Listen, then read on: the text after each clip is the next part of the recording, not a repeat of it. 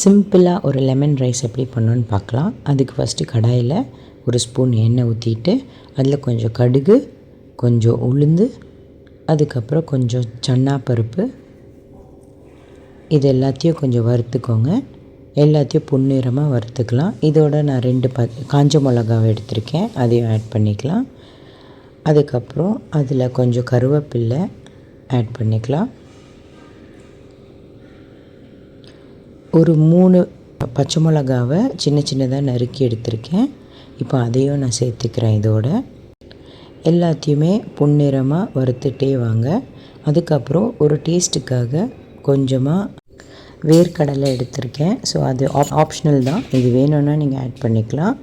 அது எல்லாத்தையும் சேர்த்துட்டு நல்லா பொன்னிறமானதுக்கப்புறம் இதில் சால்ட் ஆட் பண்ணிக்கோங்க, எவ்வளோ தேவையோ அதை ஆட் பண்ணி நல்லா மிக்ஸ் பண்ணிக்கோங்க. இப்போ நான் இதில் ஒரு சின்ன கப் அளவுக்கு தண்ணி ஊற்ற போகிறேன்.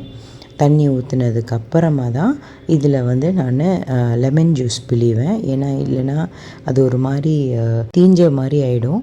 ஸோ அதனால் இப்போ நான் லெமன் ஜூஸ் நல்லா ஆட் பண்ணிக்கிட்டேன். எவ்வளோ தேவையோ ஆட் பண்ணதுக்கப்புறமா நல்லா மிக்ஸ் பண்ணிக்கலாம். இப்போது ஈவனாக எல்லாமே ஸ்ப்ரெட் ஆகிற அளவுக்கு. இப்போ நம்ம ஒரு அரை ஸ்பூன் அளவுக்கு மஞ்சள் ஆட் பண்ணிக்கலாம். இந்த ஸ்டேஜில் ஆட் பண்ணிவிட்டு அதையும் நல்லா மிக்ஸ் பண்ணி விட்டுருங்க. இப்போ நம்ம நெக்ஸ்ட்டு ஒரு 5 மினிட்ஸ்க்கு ஜஸ்ட் ஒரு ஹை ஃப்ளேமில் வைக்கலாம். ஏன்னா இப்போ இதில் தண்ணி ஆட் பண்ணியிருக்கோம். ஏன்னா இந்த மிக்சர் எல்லாமே நல்லா குக் ஆகணுன்றதுக்காக. ஸோ இதை நல்லா 5 மினிட்ஸ் நீங்கள் பாயில் பண்ண விட்டீங்க அப்படின்னா அதுவே நல்லா சுருங்கி உங்களுக்கு ஒரு மிக்சர் மாதிரி ரெடி ஆயிரும். கொஞ்சம் திக்கான மிக்சர் மாதிரி ரெடி ஆயிரும்.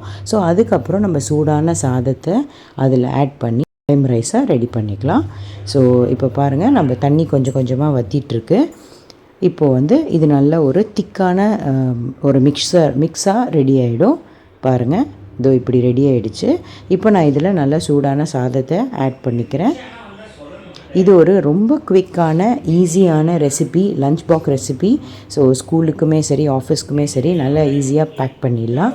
அண்ட் ரொம்ப டேஸ்டியாக இருக்கும். And moreover it's very healthy. So நீங்களும் ட்ரை பண்ணி பாருங்கள். உங்களுக்கும் பிடிச்சிருந்ததுன்னா இந்த ரெசிபியை நீங்களும் வீட்டில் ட்ரை பண்ணுங்கள். மறக்காமல் நம்ம சேனலுக்கு சப்ஸ்கிரைப் பண்ணி சப்போர்ட் பண்ணுங்கள். See you all in the next video. Bye.